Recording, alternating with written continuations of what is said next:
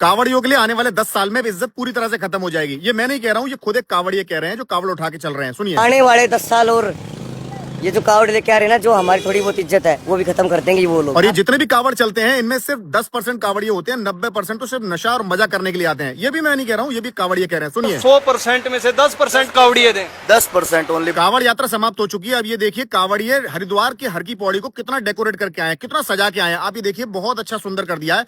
अब ये सारा का सारा कचरा कहाँ डंप होगा? ये गंगा जी के अंदर जाएगा। हमने तय किया था कि इस सावन में कावड़ के ऊपर कोई वीडियो नहीं बनाएंगे, लेकिन इनकी हरकतों से इतने ज्यादा मजबूर कर देते हैं ये लोग कि भाई वो वीडियो बनानी पड़ी। अब ये देखिए, विजेंद्र भगत है, ये कावड़ यात्रियों की व्यवस्था करते हैं कि कैसे उनको कोई दिक्कत ना आए। इस बार तो इन्होंने भी वीडियोस बनाई कि देखिए कावड़ यात्री किस तरह से हुड़दंग मचाते हैं, परेशान करते हैं। सड़क पे बीचों बीच व्यक्ति लेटा हुआ है। वैसे भी आपके लिए वन साइड रोड बना दिया गया है, फिर भी अगर आप रोड ब्लॉक करके चलना चाह रहे हैं तो यानी कि अपने ही लोगों के लिए परेशान कर रहे हैं। उसके बाद ये 300 लीटर की कावड़, 400 लीटर की कावड़। भाई आपके कंधों में इतनी जान है तो भाई आप ट्राई करिए रेसलिंग में, वेट लिफ्टिंग में, जहां पर हमें ओलंपिक में कोई मेडल वगैरह मिले। हर साल कितने सारे लड़कों को सीरियस इंजरीज होती है, इस बार भी हुई है। किसी की रीढ़ की हड्डी चली गई है, किसी के पैर में लग गई है। अब वो लाइफ टाइम के लिए पूरे परिवार का भरण पोषण कैसे करेगा? और इतने भारी कावड़ उठाने के बाद जब आप सड़क पर निकलते हो पूरी तरह से रिस्क लेकर के, तब आप ये नहीं देखते अगर कोई हल्का सा भी टच हो जाए कि भाई सामने वाले की गाड़ी में कौन है, बच्चे हैं, स्कूल के वैन में। मान लीजिए ड्राइवर ने गलती करी है, आप उसको पकड़ सकते हैं, पुलिस के हवाले करिए। गाड़ी में बच्चे बैठे हुए हैं, ये तो देख लेते कम से कम। हम गवर्नमेंट का विरोध कर रहे थे कि भाई स्कूल बंद कर दिए कावड़ के लिए, लेकिन उन्होंने अच्छा डिसीजन लिया। हर साल हम कहते हैं कि कावड़ यात्रा अनंत काल से चली आ रही है, अनंत काल तक चलेगी, तो भाई इनके लिए कावड़ रूट बना दीजिए। साल में 1 महीने इनके लिए खुलेगा और उसके बाद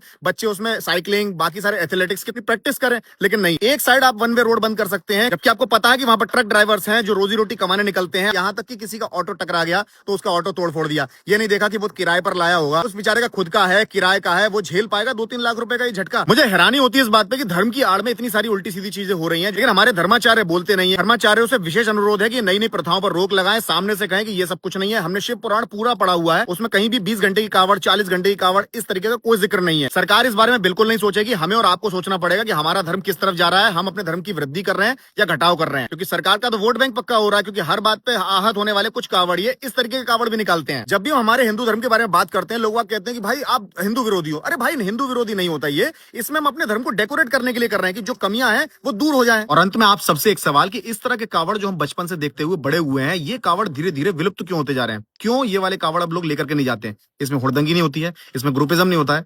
महादेव को आपकी श्रद्धा से मतलब है, आपके भाव से मतलब है। आपने कितना वजन उठाया उससे कोई मतलब नहीं है। हर हर महादेव।